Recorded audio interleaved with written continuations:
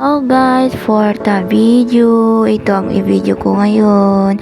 Punta kami sa baba, pero si Jerian nauna na sa baba. Hinatid ni Ate Joy niya. Yan o, yung i-video ko kakatapos lang umulan dito sa Lequisha, Cabalaon yun. Yan o, punta ako sa bahay ng tita ko. Dito muna kami mag-stay guys. Bye guys, bye. Hello guys! Ito na naman ang video ko. Yung bundok, super ganda. Yan o, yung bundok, green na green. Pati yung mga kahoy, super green. Pero nauulan naman dito sa Lequisha, Cabalaon yun. Guys, super ganda dito guys. Sa Lequisha, Cabalaon yun. Yan o, yung kalsada namin. May nakatambay doon o na lalaki. Hindi ko alam kung ano pangalan.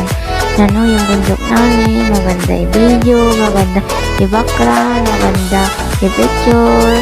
Dami pang dumadaan guys. Bye guys, bye.